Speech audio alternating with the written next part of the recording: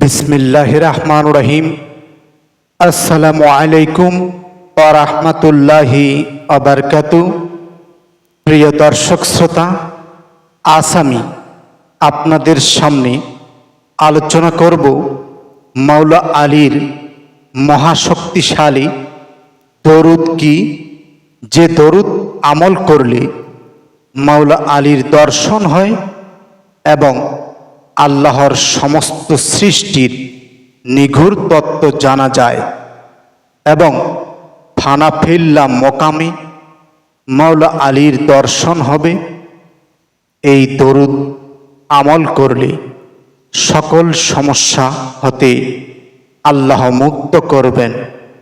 তবে প্রথমে মাওলা আলীর কারামত হাকিকত বিষয়ে জানতে হবে। তো আসুন সেই নিগূঢ় তত্ত্ব কি তা জেনে নেওয়া যাক। আসলে মাওলা আলীর শুধু আলী নয়, আলী হলেন আল্লাহর একটি জাত শক্তি, যে শক্তি প্রত্যেক যুগে যুগে আবির্ভূত হয়।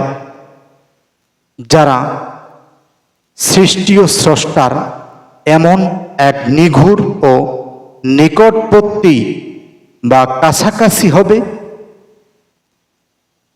যা সাধারণ জ্ঞানের গণ্ডির বহির্ভূত। আল্লাহ তার মরিদুন সিফাতের ইচ্ছা শক্তির দ্বারা কোন শব্দের মাধ্যমে মাওলা পাককে তার দ্বারা সকল সৃষ্টিকে বিকশিত করছেন। তবে নূরে মোহাম্মদী হচ্ছে সৃষ্টির মূল, যা আহাদ ও আহম্মদের সৃষ্টির মূল প্রেরণা, যার কথা আল্লাহর রাসূল বলেছেন, মান কুনতুম মাওলা ফাহাজা আলিউম মাওলা। এই একটি বাণী তার গুপ্ত রহস্য, মূল শক্তি মাওলা আলীর আল্লাহর একটি নিগূঢ় তত্ত্ব অবস্থায় উলুহিয়াতের স্তরে বিরাজ করছেন। তার মূল ইচ্ছা হচ্ছে আপনাকে নিজেকে চিনবেন, যার জন্য আল্লাহ তার জাত নূরে সিফাত বহির্প্রকাশ করেছেন। যে মাওলা আলীর সমস্ত কারামত জানতে পারে, তবে তার সকল কিছু হতে ফানাফিল্লাহ মোকামে উপনীত হওয়া সহজ হয়। ফানাফিল্লার হাকিকত হচ্ছে আলমে লাহুত এর অন্তর্গত সৃষ্টি জগতে এই স্তর প্রথম আবির্ভূত।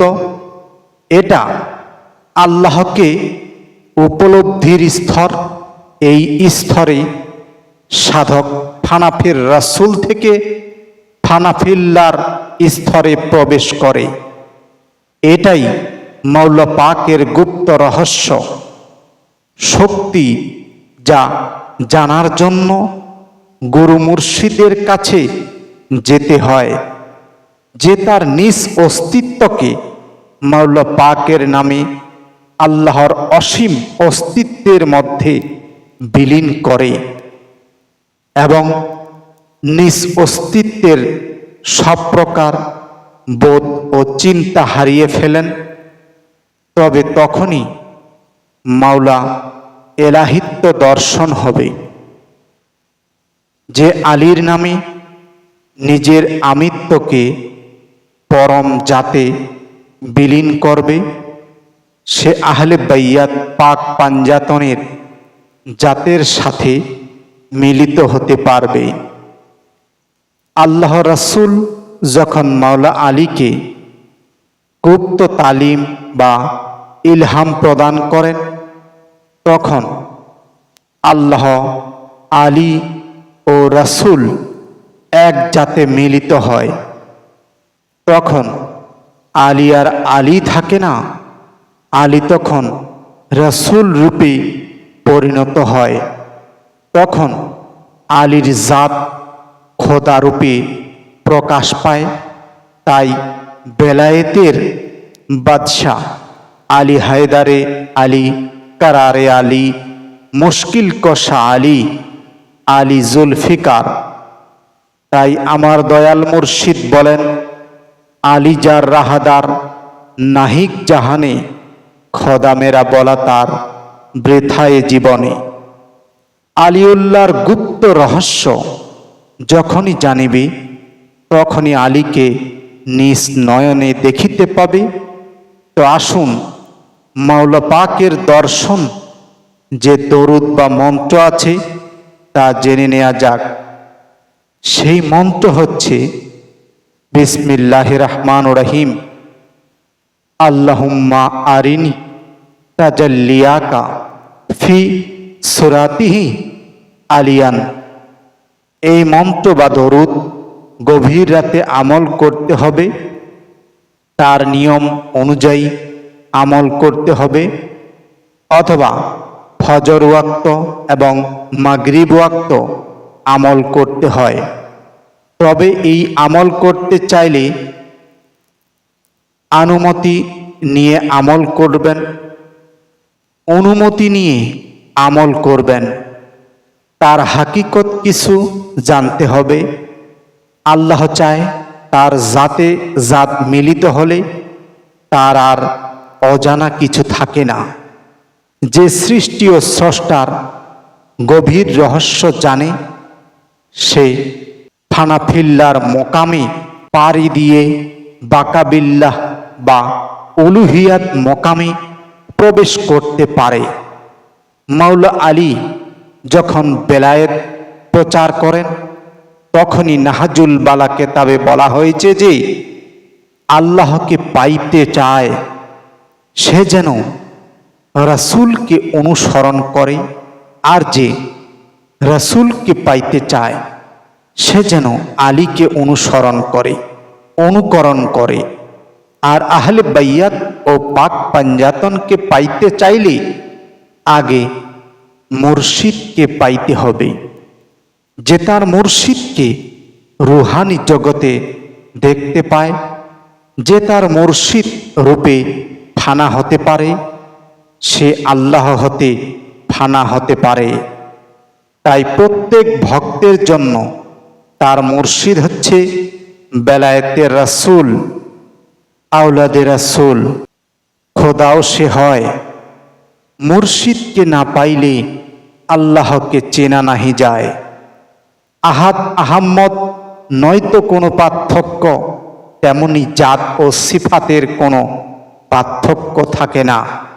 যারা রাসূলের আহলে বাইয়াতের রিসালাত বহন করে তারা রাসূল হতে পার্থক্য নয়। যদি কেউ মাওলা পাকের দর্শন করতে চাও তবে এই মন্ত্র আমল করবে। আর যদি আপনি কোনো বড় সমস্যায় পড়ে থাকেন তবে এই আমল দম করে পানিতে ফু দিয়ে তা পান করবেন, তবে তোমার সকল সমস্যা আল্লাহর সমাধান করবেন। আপনার কালবে রুহানি ইলহাম আসবে, যে তার নফসকে নিজের আয়ত্তে আনতে চাও সে এই মন্ত্র আমল করবেন। দেখবেন মুর্শিদ তার রুহানি শক্তির দ্বারা আপনার কালবকে জাগ্রত করবে। আপনার কোনো কিছু চাওয়ার প্রয়োজন হবে না।